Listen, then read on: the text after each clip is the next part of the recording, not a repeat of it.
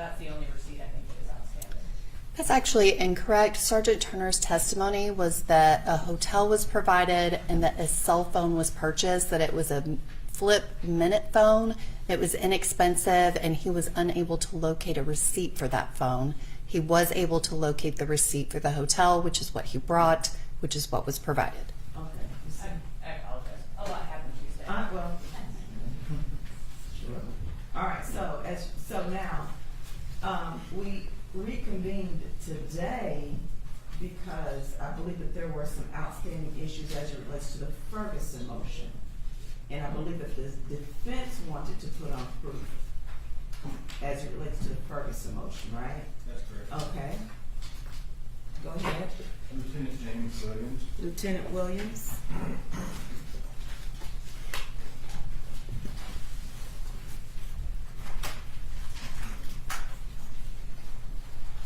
You solemnly swear or affirm that the testimony you give to be the truth, the whole truth, and nothing but the truth, so help you God. I do.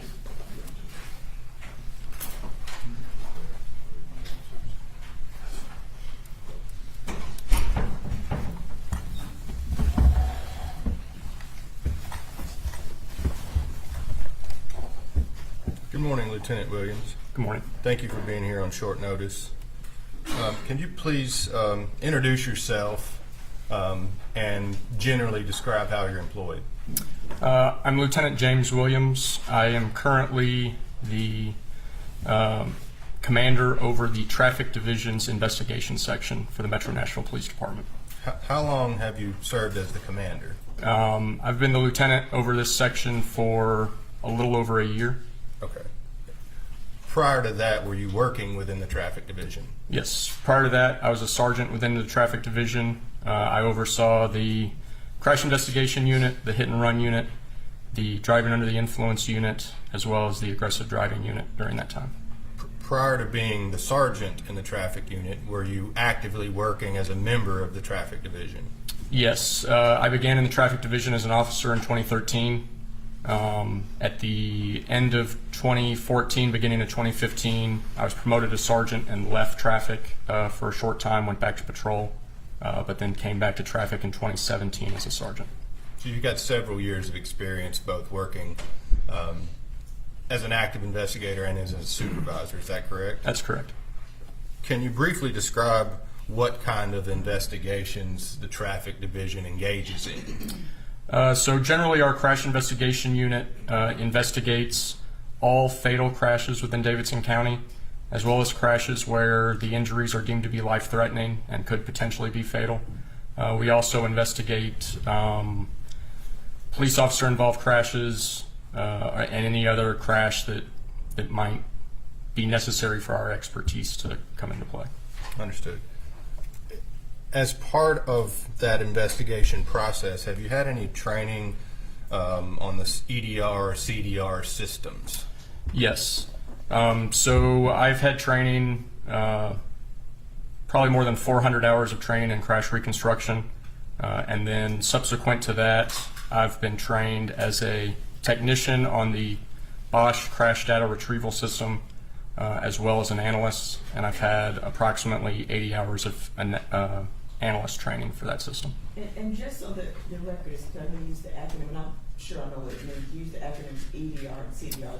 That's Event Data Recorder and Crash Data Recorder. Just so that Yes, ma'am, and I was about to ask him to clarify that, what Thank those you. terms mean. Well, first of all, what do those terms mean? Okay. So CDR is usually associated with crash data retrieval. There is a system in place. It's made by a company called Bosch. It's called Bosch CDR. It's crash data retrieval. The National Highway Transportation Safety Administration, as part of the federal government, requires that all car manufacturers within the United States provide a event data recorder, or EDR, within their vehicles, and that event data recorder is able to be downloaded by a publicly available tool. The most common publicly available tool is the Bosch CDR. There are a couple of manufacturers that are not supported by Bosch CDR, but the vast majority are. Okay, thank you. And are those two terms, CDR and EDR, are they used interchangeably essentially? They could be used interchangeably. And event data recorders are also known by a whole bunch of names that are kind of manufacturer specific, the most common being airbag control module, or ACM. Okay. Are those terms, EDR, CDR, event data recorder, and crash data recorder, are those separate from the terminology infotainment or telematic system? Yes, Okay. Are you familiar with those terms, telematic system and infotainment system? I am. Does the traffic division have the ability to extract that data as part of its investigation too? We do. Okay. That would, I think the court's heard prior testimony, that's related, is the software that your division uses also the Burla platform? Yes, that's correct. Is it accurate to say that that's not federally regulated?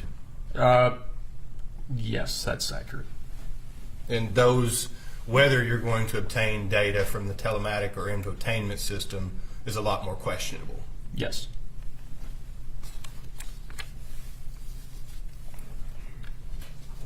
Can you generally describe for the court what type of data the EDR or CDR can potentially collect? So an airbag control module or an EDR, its primary purpose is to make safety decisions for the vehicle.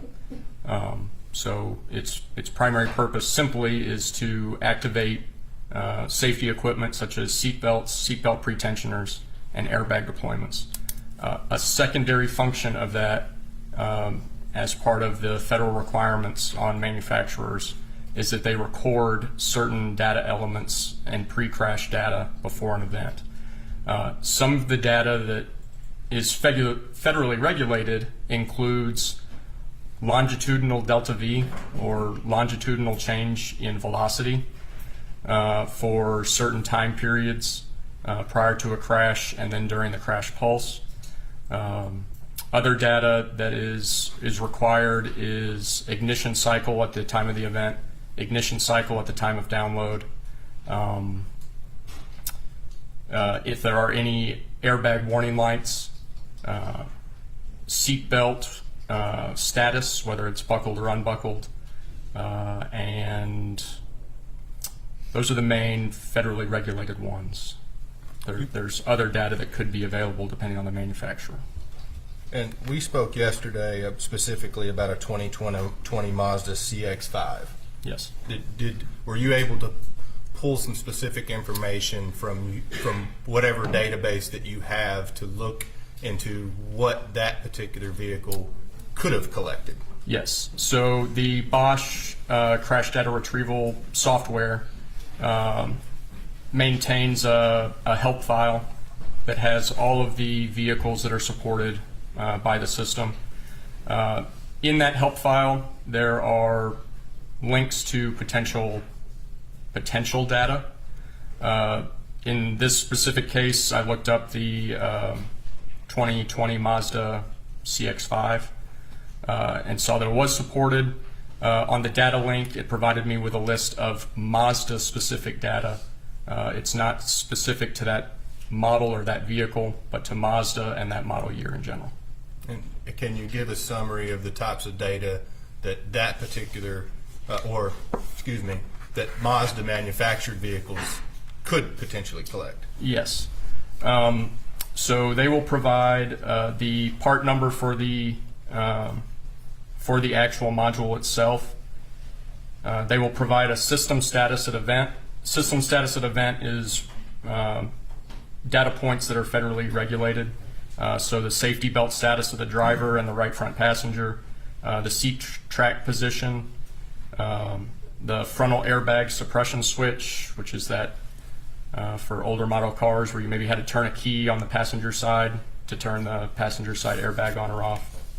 Occupant size classification, warning lamps, ignition cycles, gets into whether there were multiple events recorded and whether they were complete, and then the federally regulated data revolving around delta V, that change in velocity.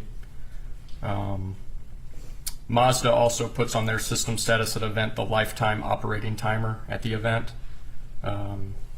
This is essentially the running clock from the first time that car was ever turned on. It's not date and time specific. It'll just be like 8 million seconds or whatever, however long that car has been alive, so to speak. It'll also give deployment command data, so if an event occurred and the computer decided to deploy an airbag or a seatbelt pretensioner, it'll give data related to that. It'll also give crash pulse data. Crash pulse is simply the time that the crash is actually occurring, and that's all going to be in delta V, that change in velocity. And then it'll give pre-crash data that includes the vehicle indicated speed, the engine throttle position, and the service brake data for 5 seconds prior to the event. You've mentioned the term delta V numerous times. Can you dumb that down for us just a little bit? Sure. So speed is simply a number, X miles per hour. Velocity is a vector, so it has both speed, or it has both magnitude and direction. So you might see a velocity recorded both positively and negatively, like a delta V of positive 8 miles an hour would mean that the vehicle had a change in speed in the positive direction, and that would be related to the axis of the car. Or if it was negative 8 miles an hour as an example, that would be a change in speed in a negative direction along the axis of the car. Meaning the vehicle either moved forward or moved backward. Is that am I That's stating that correctly? that's very general. If you think about if you've seen videos of crash tests where they run a car into a wall, the speed goes from 30 to 0 when it hits the wall, but the delta V will go from that 30, and then the forces of the wall acting upon the car actually have force in a negative direction to the front of the car. So the car's not moving backwards, but the force is going in a direction against the car, and that's where delta V comes in. Understood. You've spoken a lot about specifically the term crash. Yes. Is it accurate to state that this module can collect data in crash-like situations? Is that correct? Yes. So the federal regulations on airbag control modules and the EDRs stipulate that they should record events where the vehicle is experiencing a delta V, a change in direction, longitudinally, so from front to back, at a rate of, it's 8 kilometers per hour per second, which comes out to about half a mile per hour in 20 milliseconds, is what it's looking for, that change in velocity. Is it accurate to state that there doesn't have to be impact for an EDR or CDR to potentially collect data? It is possible that events such as emergency hard braking, where that vehicle is experiencing between 1 and 2 G's of force, could trigger an event. It might not be a deployment event where an airbag is deployed, and obviously there would be a recording that would be locked in the event if an airbag was deployed and it was a deployment event. It could potentially trigger a non-deployment event, which would be recorded for a time period, and that's kind of manufacturers dependent on how long that time period is. And you addressed sort of the next question that I had, which was, if there's an airbag deployment, you would expect, if everything is working properly, that vehicle has collected some amount of data. Yes, if there's been an airbag deployment, there should be data there unless that vehicle has experienced a catastrophic event. Something malfunctioned. Yeah, and it would usually be that during the crash event, it had a catastrophic loss of power.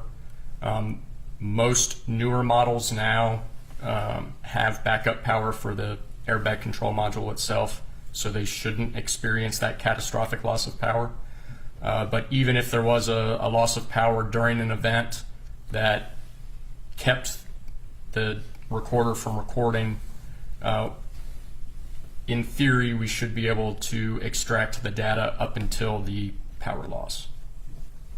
And is it accurate to say that if there's not an airbag deployment, there may or may not be data which the vehicle collected? Correct.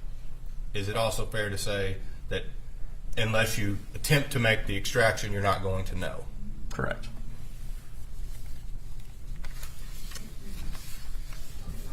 Just one moment.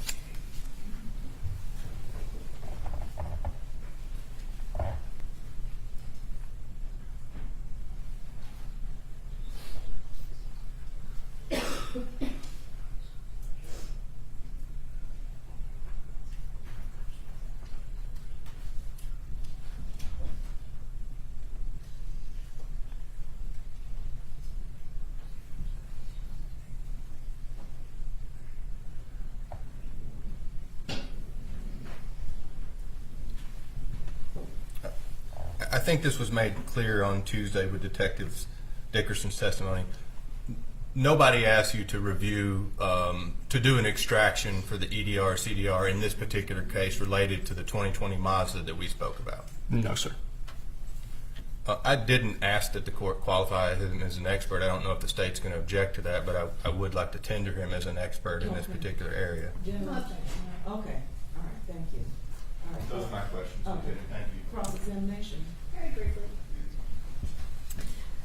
Lieutenant Williams, you've described that the EDR system, that is used as a safety precaution, that it's supposed to tell the car when they're supposed to activate the seatbelts, the airbag deployment. Correct. And so there's this extraneous data that may or may not be collected by the system. And in this particular case, there was no vehicle crash. And so whether or not that data that is going to be on that system is very unknown. Is that right? That's correct. And so it's very possible that there could be absolutely nothing on that data recorder. Correct. And you've testified, obviously, you're an expert in vehicle crashes and the reconstruction of those scenes. Every time that you're looking at an EDR data system, is it always in relationship to a crash? Yes. Every time I've done an extraction, it's been in relationship to a crash, almost entirely from our investigations. And so it's the fatal crash team that's investigating an actual vehicular crash. Is there any instance in which a homicide detective would submit a request to you for this data? Is that something that would happen when there's no crash involved whatsoever? No. We've had a couple of requests from events that we were not investigating in the traffic division, but they did involve crashes. Thank you. Anything else you read? I don't think so. Thank you so much, Lieutenant. Thank you. Just take anything further. We don't have any further related to that motion. Okay, did the state have any, I guess, rebuttal as it relates to this motion? Okay, all right, so, obviously I've got to review everything and I'll try to get it in order as quickly as I can on the motion. Yes, ma'am. Okay. We'll stand On your pleading? Yes, ma'am. Okay, all right. All right, so what else were we supposed to talk about today? We talked about a lot on Tuesday. I have a couple of housekeeping things Okay. as well to, I think, just tie up some loose ends from Tuesday. Okay.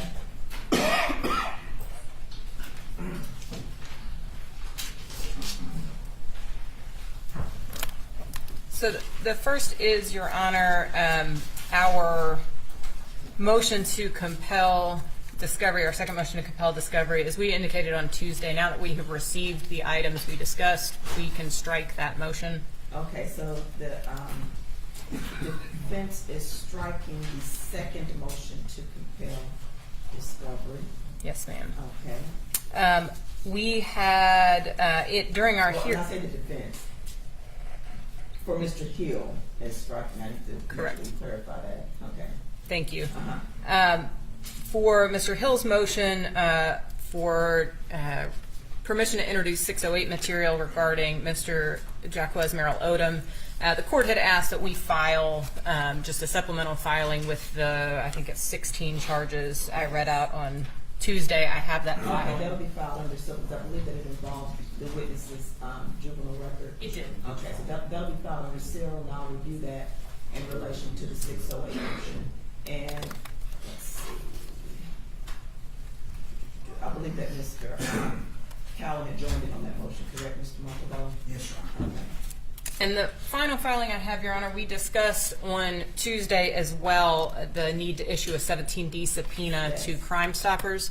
I have a couple of draft subpoenas. I also have a memorandum associated with those subpoenas.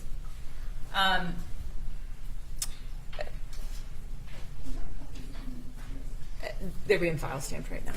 You got a file, and then you're gonna. Yes, there's a copy for the state of both of those up there. You need it, well, I'm gonna have to review these, so did you get it? I haven't received a copy of anything she submitted yet. Okay. Yeah, we could file stamp that, and then we'll give a Yeah, copy to the state. But before I grant this subpoena, In order, not on my. what's attached to it? So there's, yeah, sorry. I think she said she attached a memorandum to it. Yeah. And essentially, the court can review the information attached in the memorandum. We have attempted to identify who that subpoena should be addressed to. We have not been able to identify who that is. The Crime Stoppers website, the only contact information available on that website is the tip line. We called the tip line yesterday. We asked for information about who the subpoena should be directed to. We were told our request would be sent to the program coordinator. We have not received a call back. We pulled the, Yeah, I think that, hold on just a second. I think that a copy, before I review it, I think the state needs to be provided a copy. yes ma'am. Okay. We pulled the 501c3 filings for the nonprofit, the Nashville Crime Stoppers, Inc. nonprofit, to determine whether we could find a physical address to which they could be served or any information. What we discovered was that the current physical address for the nonprofit Nashville Crime Stoppers is an address that appears to be part of the East Precinct. There is no standalone building. Google Maps shows us that it is the East Precinct. The prior address was 200 James Robertson Parkway, which, as the court knows, was formerly Central Precinct. There is a principal agent listed in that filing, so we have drafted one subpoena to that principal agent with maybe his home address. I don't know what the address listed related to him is.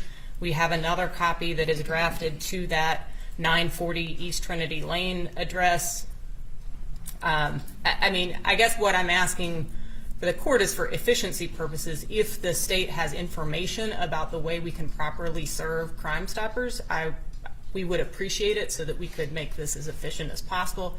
I don't know if we send a subpoena to 940 East Trinity if it's going to end up in the parking lot. I mean, there's not a mailbox there. So that's kind of where we're at on this issue. Okay.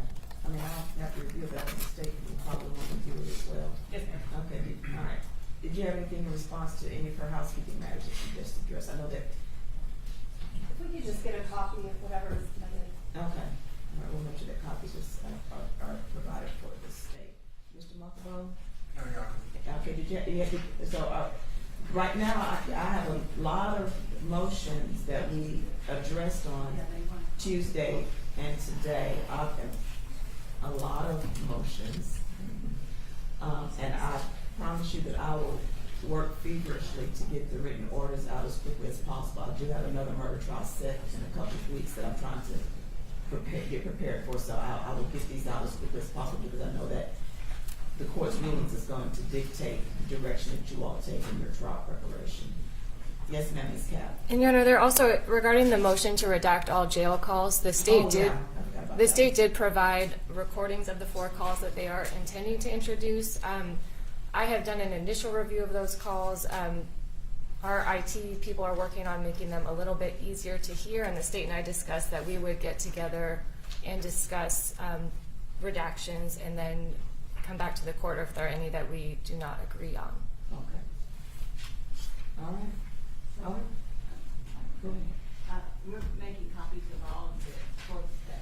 Well, did I Just have the here, memorandum. so, There should be, I think, 3 copies were passed up of each, so you should be able to just give the state. just give the state one paper clip Yes. stuff? Yeah. And then the 608, there should be an additional copy for the Yes, state. there was. Okay, all right. I'll review that, and if I upon my review of the, introduces Teague, and if I have some questions, I'll just reach out to the parties. Thank you. All right. Yes, sir. Did the court want to set another status date sometime before the end of the year, or you're just going to let us know what the court's decisions are? Well, what I would, I typically like to file written orders to kind of make sure that, the court's position is articulated as clearly as I can. If I determine that there is a need for another status date, will notify the parties.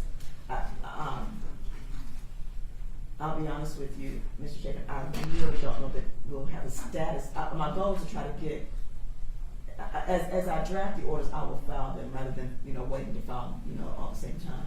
I doubt that we'll get to a status date before the end of the calendar year.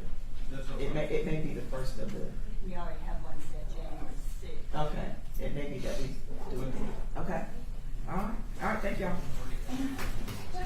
Yeah, I apologize. hold on, yes ma'am. We were not provided with a copy of this part of court. A copy of what? The draft for the 17. subpoena to Crime Stoppers. In court yesterday, On Tuesday. on Tuesday, they were wanting documentation related to the payment to the witness that called in and provided the information. What they're asking for in the subpoena goes well beyond that. They want a documentation of donation source and date, correspondence. Why would any of that be relevant? So like if citizen John, just normal citizen John Doe makes donations, why is that necessary? Everything past the receipts of payment, bylaws, policy, procedural manuals, the state submits that there is absolutely nothing about this case or this request that would warrant the court ordering this information to be provided from Crime Stoppers. Ms. Sims? Yes, ma'am. That is correct. We requested the reward payment, and that was what we were seeking on Tuesday. That was what? That was all we were seeking on Tuesday, was the documentation of payment of reward. Since discovering this intertwining, apparently, at least a physical address, the other thing that we discovered on the Crime Stoppers website is that there is the website says, and there's a copy of the printout of this in the memorandum, but the website says that if you call Crime Stoppers, either a sworn police personnel or a civilian will be taking your information, and that information is provided to then the investigator. That, combined with the address location, which seems to put this organization squarely in the police department's physical space, now has raised questions for us about the connection between Crime Stoppers and the police department, which is the reason I'm asking now for the memorandum of understanding, because it goes back to what we discussed on Tuesday, which is whether there is an appearance that the state is providing this information. And so the records related to bylaws, policies, procedures, all of that I believe is relevant to how these organizations are connected and whether or not it is a benefit Mr. Merrill Odom is receiving from the state.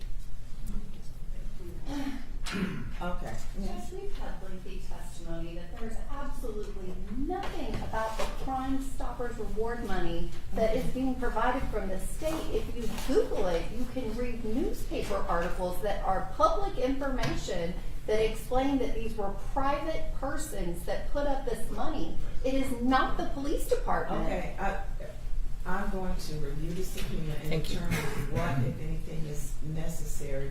And if the court determines that some of what is requested should not be subject to the 17D, I will remove it. And I think also, I mean, certainly Crime Stoppers could file a motion to quash if they thought that what we were requesting, I mean, that's the process when we ask for a subpoena. Okay, all right, I'll review it and let you know what I've determined. All right, thank you. All right. Okay, let's see, do we have any quick announcements before I move on to the next hearing? I think that I see Mr. Quillen in the report. I think General Norman may need a minute before we move on to Mr. Mosley's hearing, but in the meantime, are there any quick announcements? Please don't everybody rush the podium at the same time.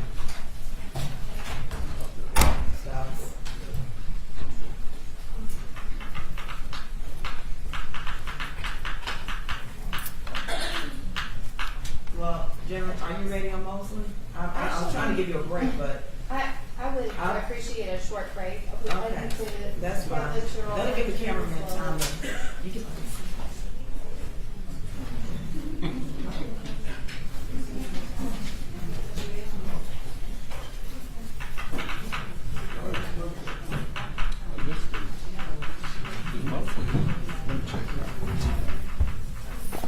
I'll give him time.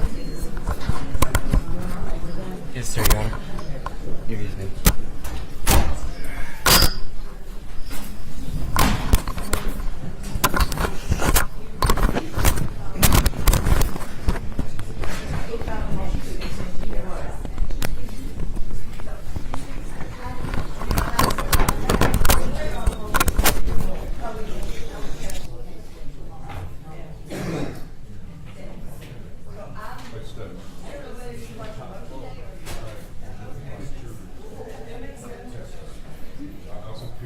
Just walk.